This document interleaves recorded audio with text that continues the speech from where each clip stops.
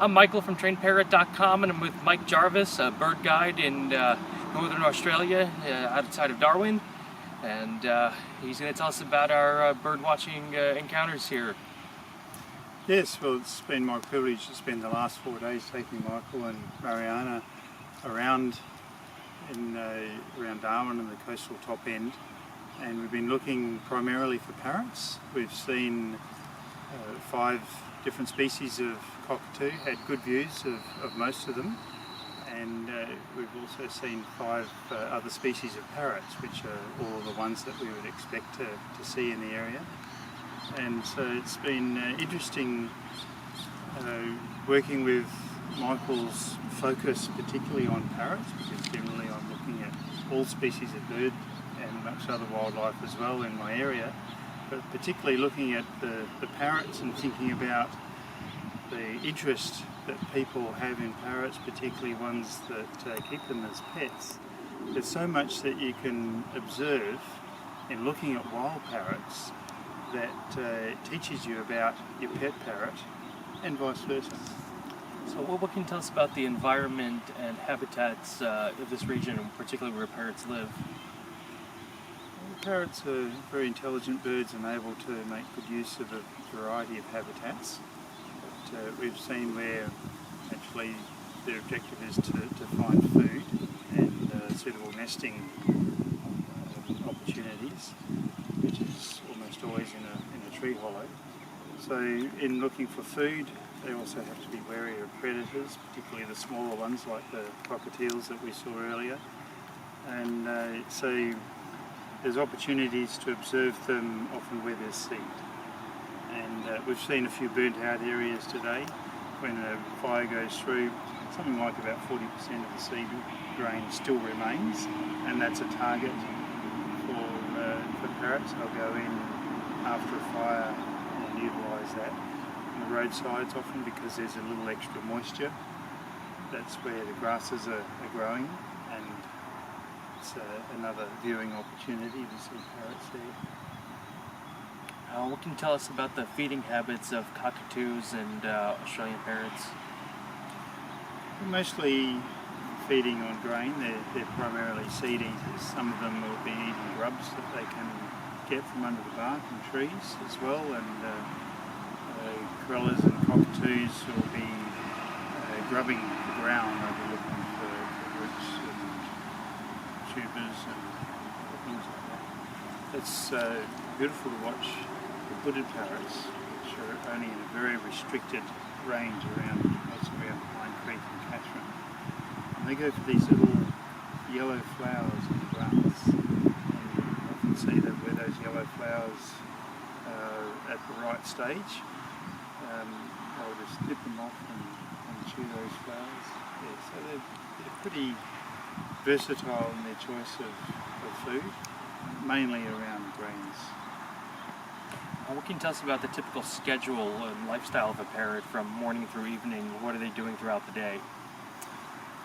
Well, that varies with the species. Cockatoos will usually have a roost area. It might be an area where hundreds, maybe even thousands of cockatoos are roosting in a particular area by night, and then we see them flying over by day in the very early morning and they'll disperse into subgroups, and they'll be feeding in different areas. Then they seem to come back in a big group and fly back at the end of the day to where their night rest is.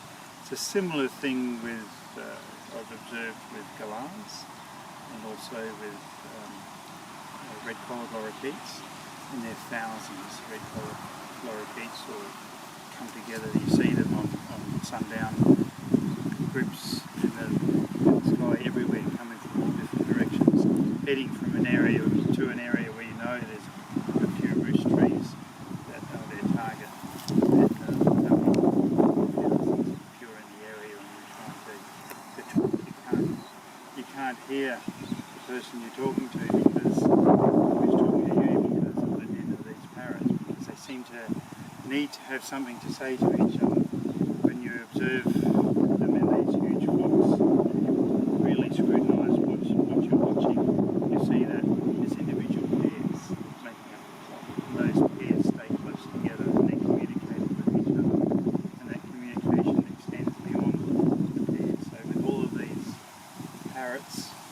parakeets, in this instance, talking, give very high volumes of sound.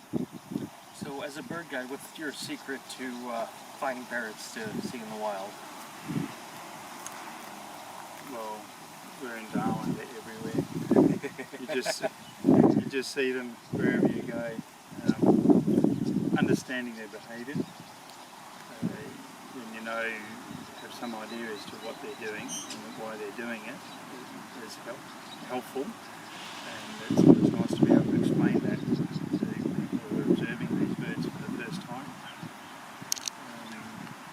Knowing where they're roosting, knowing where they're going to eat, those are things that help to be able to find them. Also, in the case of something like the wooded parrot, knowing its range, which in that case is very restricted. So with the cockatiels, they inland bird further wild, so that's where you'll find them. You won't find them so much in Kakadu. Generally, you'll find them in southern Kakadu. You won't find them around Darwin at all. But only a couple of kilometres out of them. What can we learn about taking care of parrots in captivity from observing wild parrots? One of the big things that's important to a wild parrot is its social interaction. They need to have other parrots, and they have a very strong pair bond.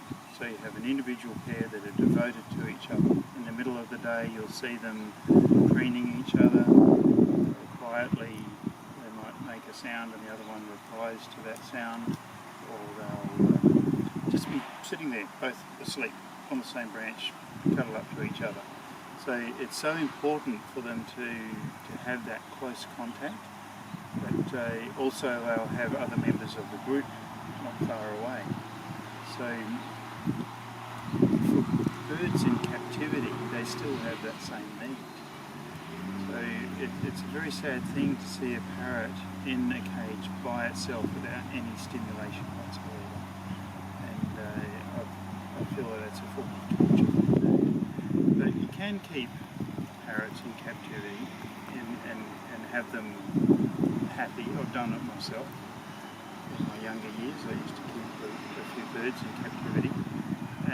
But it's essential that you provide for all of their needs. So that would be the need for the stimulation of that big brain that they have. They like to rip things apart. You can put a branch of a tree in there and they'll take great delight in ripping it apart, or its toys or whatever. They need that personal interaction. If they don't have a mate, you have to be its mate. You have to be prepared to spend time with that bird, otherwise it will suffer. So those are very important things for the wild bird and the bird that's in captivity. What's your favorite species of parrot that you observe here? Favourite species? I love them all. And what's your favorite thing about parrots compared to other birds you get to observe? Parrots are very intelligent, they're very vocal. Many of them are very colourful. Even the ones that don't have bright colours, they're very beautiful birds. It's no wonder that parrots are very popular birds with people in all levels of aspects of interest. And finally, if there's one lesson that parrot owners can take away from this interview and from getting to see videos of parrots in the wild, what should they learn from that? I'd say that if you've got one of these very intelligent, long-lived birds in your care, that you just need to be aware of its needs, all aspects of its needs that we've covered. My name's Mike Jarvis and my business is Experience the Wild. My wife and I run this business, and our main purpose is to take people on bird watching tours around Darwin and the coastal top end, and so it's a privilege to do that, to expose the wildlife and the bird species to visitors who probably will be their only opportunity opportunity to see many of these species, and certainly a wonderful opportunity to see so much wildlife in a short space of time. Mariana and I really enjoyed it. So if you're visiting Darwin in Northern Australia, you want to see parrots, you want to see other birds, come and see Mike Jarvis. And your website is experiencethewild.com.au. It's been a pleasure. Thanks, Michael. Thanks.